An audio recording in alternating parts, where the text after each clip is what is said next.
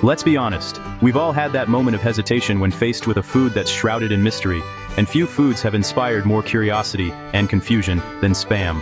When you hear the word Spam, what comes to mind? Maybe it's a childhood memory, a family joke, or just that unmistakable blue and yellow can sitting on a grocery store shelf.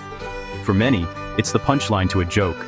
It's the legendary mystery meat, a culinary enigma in a blue and yellow can that's been around for generations, sparking endless debates and wild guesses about what's really inside. People whisper tales of its contents, speculating about everything from eyeballs to rubber scraps. The rumors are as persistent as they are bizarre, and they only add to Spam's mystique. Spam has been the subject of comedy sketches, memes, and endless cafeteria rumors. It's a pop culture icon, poked fun at in movies, TV shows, and even internet challenges. It's the food we love to hate, or secretly love. Some people turn up their noses, while others can't resist sneaking a bite, savoring the salty, savory flavor when no one's watching. But where does this reputation come from? It's mostly a lack of understanding. The mystery isn't just about what's in the can, it's about why we're so fascinated by it. We see the can, the pink block slides out with that unmistakable sound, and we wonder, what exactly is that? Is it safe? Is it even real meat? The questions pile up, and the legend only grows.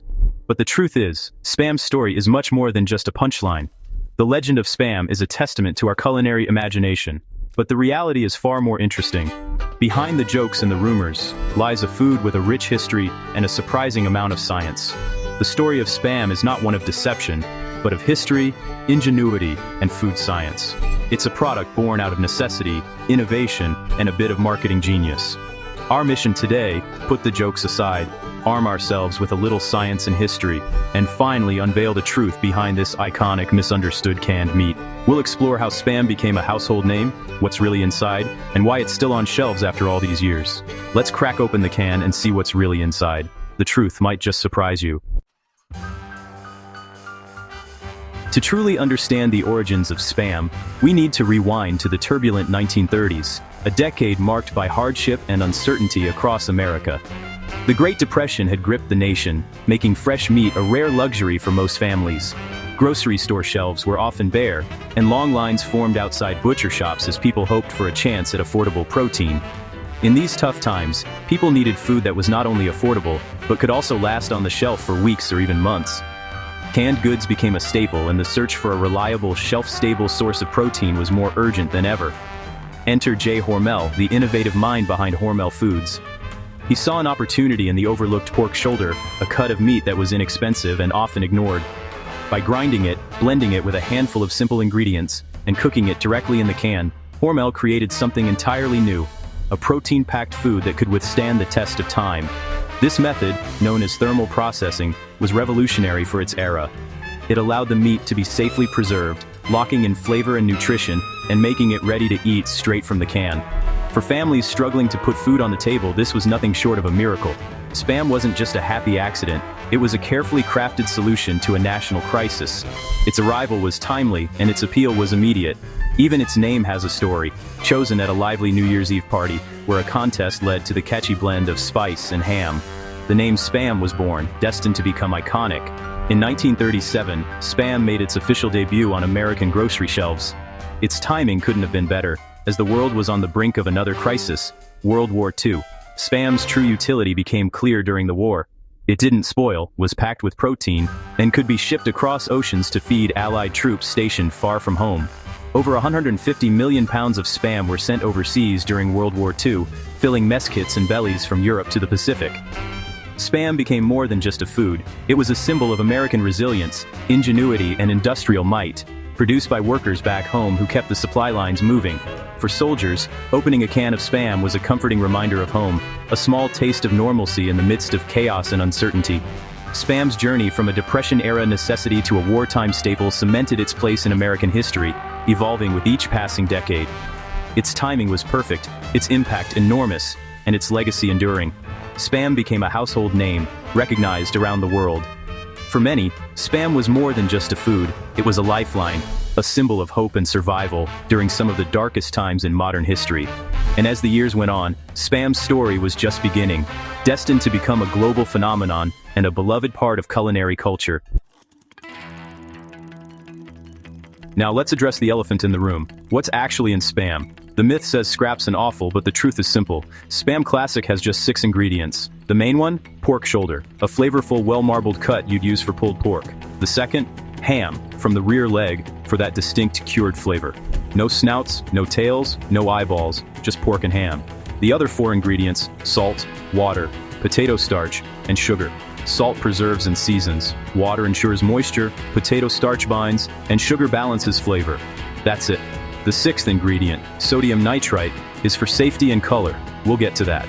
The core of Spam: ground pork shoulder and ham held together with starch, seasoned with salt and sugar. The mystery? Not so mysterious after all. Spam is straightforward, not suspicious. Welcome to the Spam Factory in Austin, Minnesota, Spamtown, USA. Here, in the heart of the Midwest, a humble can of meat has become an American icon, beloved around the world for its unique taste and unmistakable blue and yellow label. Every day, fresh pork shoulder and ham arrive at the facility where they're carefully inspected for quality and freshness. Only the best cuts make it through, ensuring that every can starts with premium ingredients. Skilled workers trim away excess fat and bone, then grind the meat not once, but twice. This double grinding gives Spam its signature smooth yet hearty texture, a process perfected over decades. The freshly ground meat is transferred to massive mixers, where it's blended with water, salt, sugar, and potato starch. These simple ingredients are the secret behind Spam's savory flavor and long shelf life. Giant paddles churn the mixture, blending everything together until it reaches the perfect consistency. This step is crucial, ensuring that every bite of Spam tastes just like the last, no matter where in the world you open a can. Next, sodium nitrite is added. This important ingredient not only keeps the meat safe to eat by preventing bacterial growth, but also gives Spam its signature rosy color and distinctive flavor. The pink, savory mixture is pumped into sterilized cans, each one vacuum sealed, to lock in freshness and keep out harmful bacteria. This step is a marvel of modern food technology. The sealed cans are loaded into enormous pressure cookers where they're cooked for about 3 hours. This process makes Spam shelf-stable, fully cooked, and ready to eat straight from the can.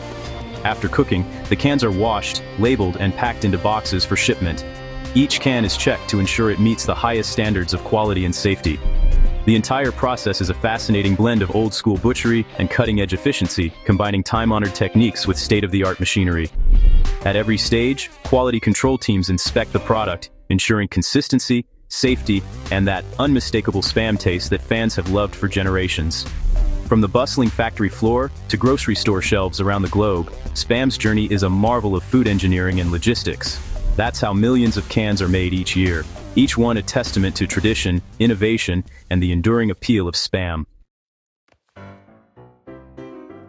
Let's talk about sodium nitrite, the ingredient that raises eyebrows. It's not just a preservative, it prevents botulism, a deadly foodborne illness. Nitrite also gives Spam its signature cured flavor and pink color. Without it, Spam would taste and look very different. Potato starch acts as a binder, giving Spam its sliceable, firm texture.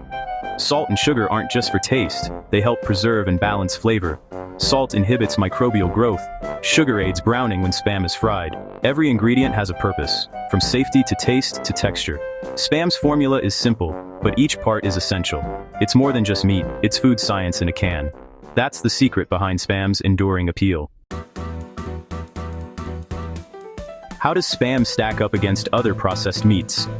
Many processed meats, hot dogs, bologna, have long, complicated ingredient lists. Spam is refreshingly simple: pork shoulder, ham, and a handful of familiar ingredients.